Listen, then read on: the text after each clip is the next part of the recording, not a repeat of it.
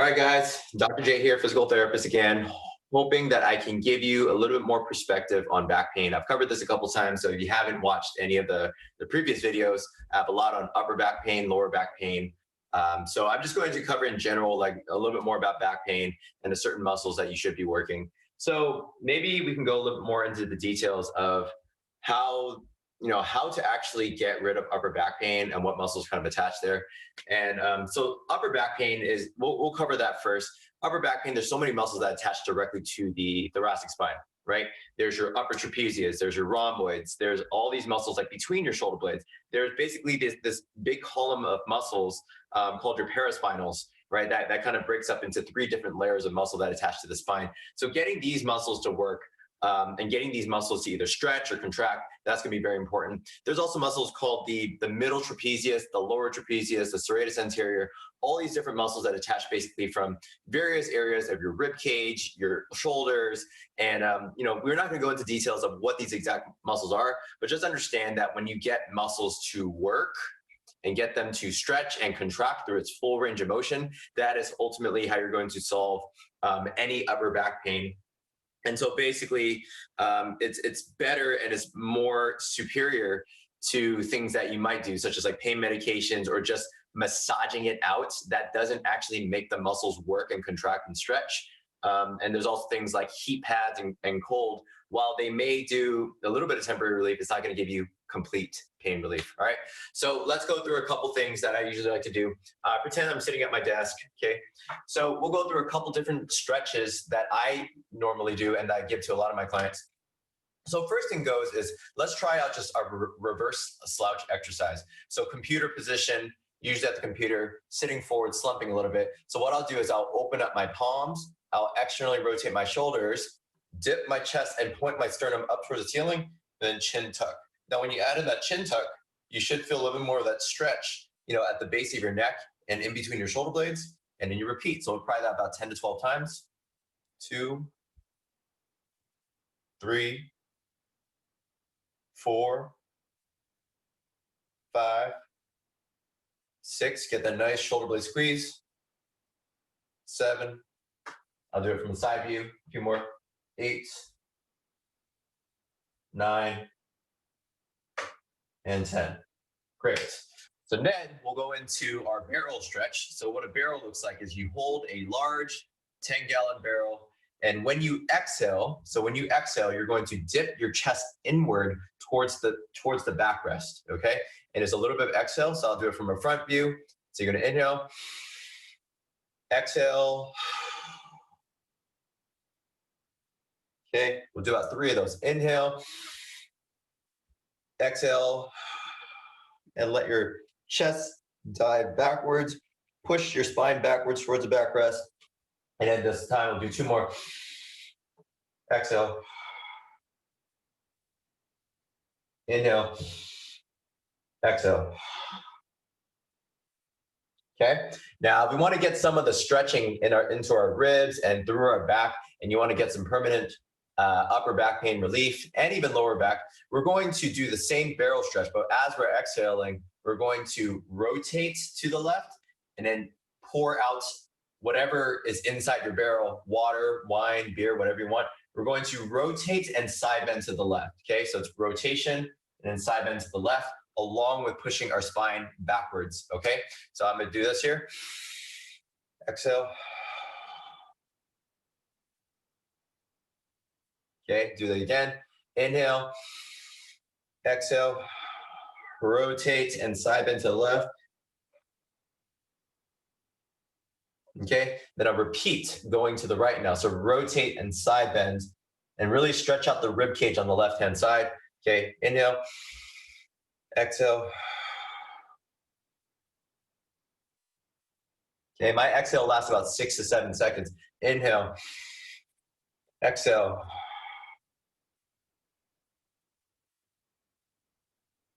Okay, so you can play with this. You can just side bend to the right, side bend to the left. You can side bend and rotate. You can just rotate in itself. You can just push backwards. But barrel stretches is to really stretch out a lot of the muscles that attach to your thoracic spine. Okay, going over some of my favorite ones, such as rotation exercises. So Let's try out our first one. So the first one here is bend forward thoracic rotation. So I'm going to get my left hand and grab onto my left ankle, okay?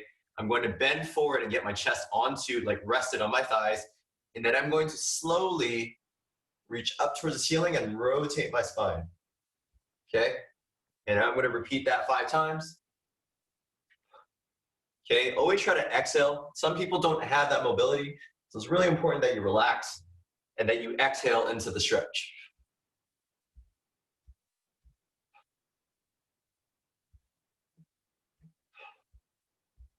Okay, then we'll do the other side.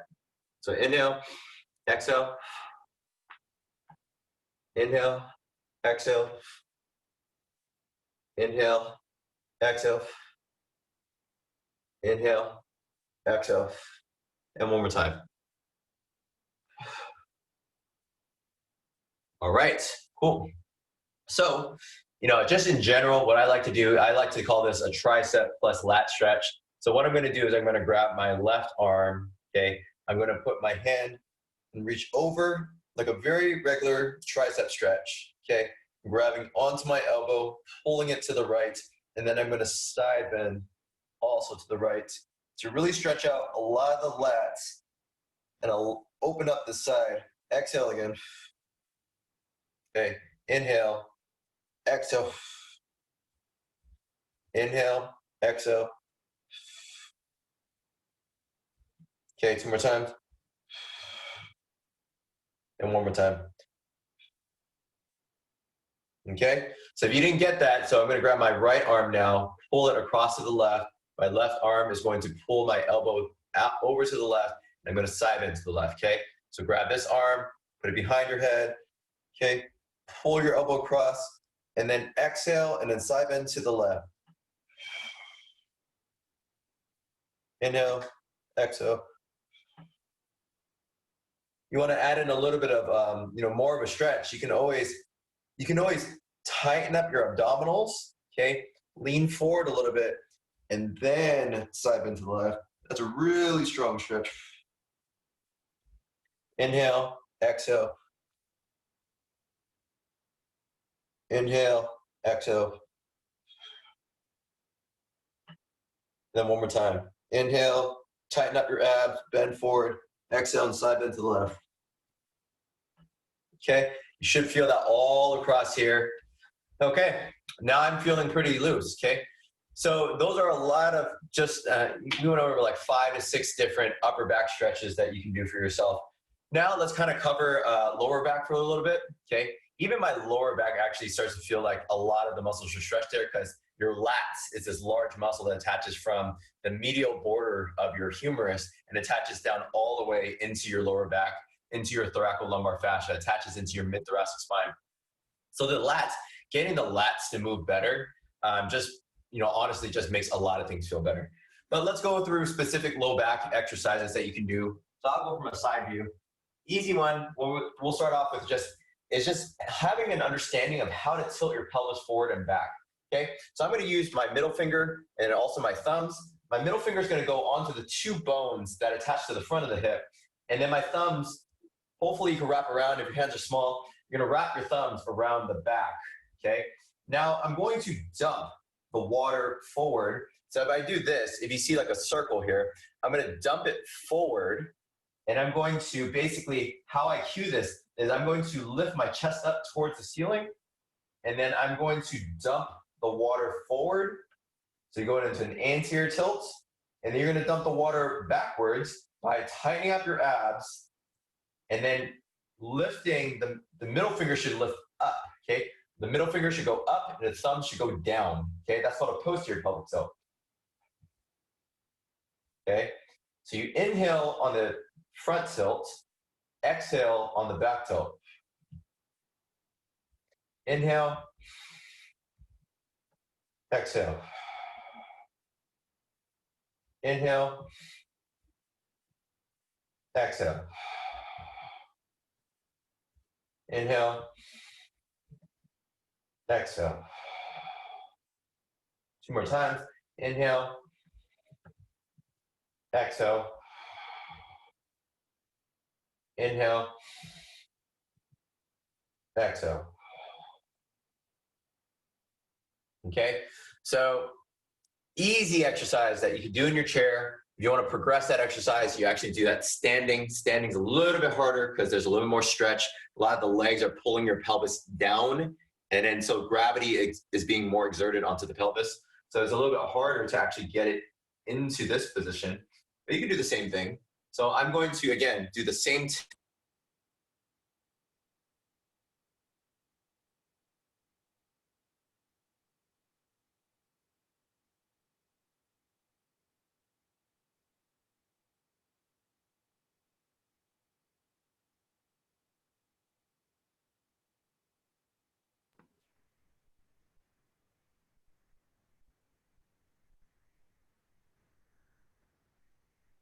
Did you accidentally mute?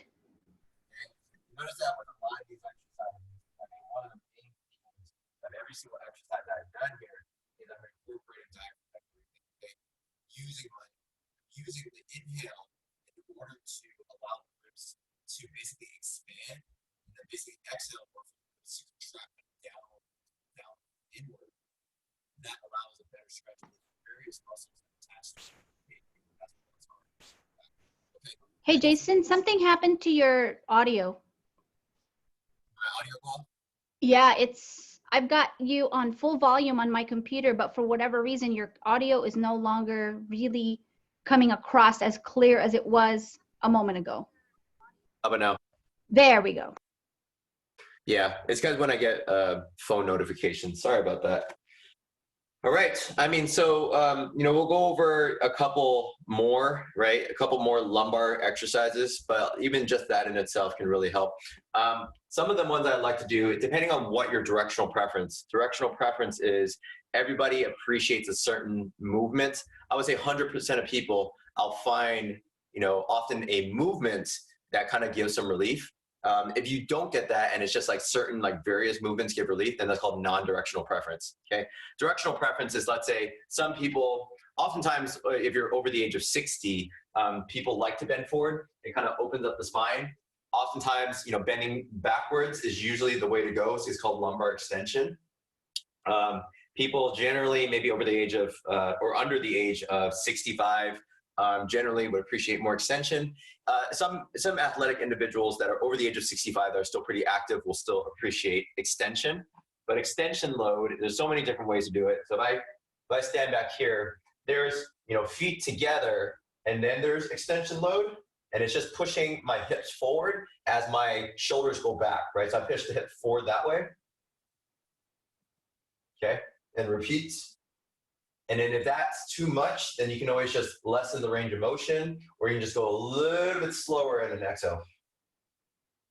Okay, inhale, exhale. You go a little bit further, you can. And then so if you apply that overpressure, so sometimes you don't even have to push forward, you can just bend backwards over your thumbs. Okay, but if you want an increased stretch, it's called overpressure. So I'll actually push my pelvis and my hips forward to get that stretch. Now, let's say if you had a more left-sided pain, okay, you can actually bring that left foot back, and that's where you're going to put your left lumbar spine into a little bit of extension, and then you can bias one side. So if you had more unilateral left-sided pain, you can put that left leg back. And I can feel that stretch a little bit more on my left side now versus my right, versus if I put my right leg back, then I'll feel that a little bit more on my right. Okay? And so if your directional preference, and I kind of like this too once in a while, let's say if I've been standing too long or I've been walking too long, let's say your lower back starts to tighten up, then you can always do what I call segmental flexion. So this is the last one I'm going to demonstrate. Segmental flexion is basically from your cervical spine all the way down to your sacrum, between your butt cheeks. You're going to round, and you're going to round and peel yourself down slowly. So the way I would do it is I would chin tuck first, chin tuck, round your shoulders, push your upper back and round it. And then you're going to round from every segment. Then I'm at my mid-thoracic and my lumbar spine. I start to feel it a little more of my lumbar. Then I really start to curl in my abs. And I'm going to reach for my toes. Okay? Now, once I'm towards my toes or towards my shin, I'm going to posterior pelvic tilt, stretch from the sacrum, then the lumbar spine, then the thoracic spine, then the upper back. You're almost losing balance, and up. Okay, I'll demonstrate that a couple times. So chin tuck, round your shoulders, round every segment. There's 31 vertebrae in your spine. Try to imagine that you're rounding from every segment one by one, okay? And I'm gonna round from the sacrum again.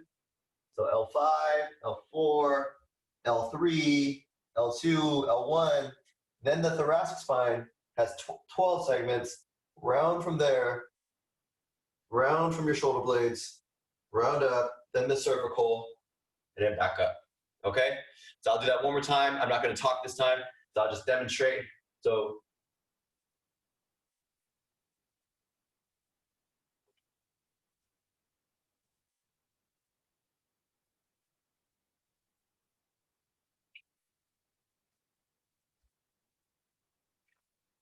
exhale on the way up.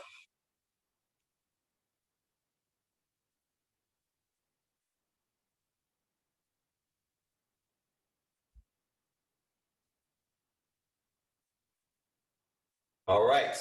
Hopefully you feel that spine just being every single muscle that's attaching to your spine, just being constantly stretched out. Then when you pull up, once you're like towards your toes, then you're gonna pull up from your sacrum. You're basically gonna like tighten up your abs and then just round and peel back up into extension, okay? So kind of rounds, if you see my hand, kind of round from the neck, round from the thoracic spine, right? Then you round from your lumbar, reach as far as you can towards the floor. Then the first part that comes up, it's like your sacrum, then your lumbar spine, then your thoracic, okay? So this is called segmental flexion, okay, in standing. Now that was, you know, it was painful, then there are other ways in which you can do it, like lying on your back, okay? There's many other ways to do segmental movements. That's actually one of my favorites, especially if you have load at home, like if you have like a dumbbell or a kettlebell, and you wanted to like further stretch yourself out. You can always actually stand on a chair, okay? Especially if you have like hamstrings, like you're a person that can like palm the floor and you have a lot of hamstring length, then you can always actually just stand on a chair like this, like so, stand on a chair, grab a dumbbell, and then you can let the dumbbell kind of hang you down. And usually I can get a decent amount further than my toes, okay? And then you can come all the way back up, okay? Just to increase the amount of movement that you can do. So that's called a deficit. So I would consider that, call it like a segmental flexion deficit with the dumbbell. All right. So that covered a lot. Okay. Covered upper back, lower back pain, covered general things that people, certain people would have at the desk. And I think that was pretty good. Yeah, Marlena? So Absolutely. Yeah. For me personally, even though I don't, okay, so I don't know if this is really bad. I'll show my camera. I'm going to tattletale on myself for a second here. So I don't actually use a desk. I use a couch. And I know, I'm sure that if you were telling the truth, you guys, you're using the couch too as you work from home. Don't lie. So for me, like I asked Mitch to buy me a tool like that helps me to be more erect like this and have really good posture. And I watched you teaching this at your webinar yesterday to the group on Friday about using the back rest of the chair. So for me, like I have to remind myself to put support back here when I'm using the couch, right, and to come all the way back. And so, right, so the things that are bothering me right now, again, thoracic issues, but they're getting better because of you, is the couch. And then the couch is like soft down below. That's the other issue. And then, you know, the rounding of the back. So I just have to remind, because I have really good posture otherwise, but then you get me on the couch and I'm in this relaxed zone because I'm on the couch, as opposed to being at my desk or in my mom's house, a dining room table. Because I mean, I do have a room that has a desk, but it feels lonely in there. So I don't like going in there because it's, you know, it's a 3-bedroom house. But so I end up using the couch because it's kind of like my zone. It's my place, but then it puts me in a bad posture. So I really love what you covered today for that. Do you have any other recommendations about people that are using the couch right now for their desk? I would say if you can, I mean, sitting on Depends on what you like. I mean, I would say rounding of the back, and people that tend to slouch in a couch just tend to have a little bit more stiffness. Um, so I would suggest, I mean, if anything, like I would use like a dining room table. I would use a harder chair. If you're, you know, if you don't have like a lot of meat in your butt, I mean, you can always just put like a pillow or something on the hard chair. But that's going to allow you to just sit up a little bit straighter. Probably will help you more in the long run versus just imagine like sitting at an actual desk chair for 20 years versus sitting on a couch for 20 years. Like, which one are you going to feel better with? Generally, if you sit on a couch for 20 years, that's not going to fare too well in the long run. But Got it. yeah, I'm thinking for if you guys have suggestions. So I know there's a mixture of like trainers and other people that are in this group. So maybe I thought about running a poll of various body parts, and then maybe have people vote on it. Like maybe that Yeah. would be a good thing to do. Yeah, that's great. So all in all, what you're telling us is sit up straight and eat your vegetables, kids. Yeah, the eat your veggies is really important. I wouldn't say, remember I said it's like, there's no such thing as perfect posture. So like sitting up straight all the time will also cause detriment, right? So it's just about changing position. If you saw the name of the game for all the chair stretches, I didn't sit up straight for all of them. I kind of rounded my back, which was a good thing. So really it's just about motion. Motion will always trump ergonomics, and motion will always trump, you know, upward posture. It's always about motion. Motion is lotion. So just, that's the name of the game right there. Awesome. Thank you so much, Dr. Jay. This was awesome. And for those of you guys that are interested in more of these mobility, trainings, you can actually do a search in this group, in the OMT group, in the OMT community, fitness community. And if you look on the left-hand side of the menu bar, there's a search, and just put Dr. Jason Wan or the word mobility. He referred to a few others earlier in the segment that he has posted and that we have done. And so please just search the word mobility and you'll find the others. And then you want to do your salutation real quick about how to get a hold of you? Yeah, so feel free to, I wouldn't say comment on any of the videos. I mean, there's a lot of times those comments get lost in translation. So if you really needed some assistance or you wanted to do like a movement assessment with me, it's completely free. You can always just message me directly. And Marlena has some of my information too. So basically the best way to contact me if you're having any issues right now that's not going away is definitely just feel free to add me as a friend and then go ahead and message me. And just message me directly, because those comments or those notifications, they get stuck, you know, on my phone or on my desktop. But comments will kind of get lost in translation. All right.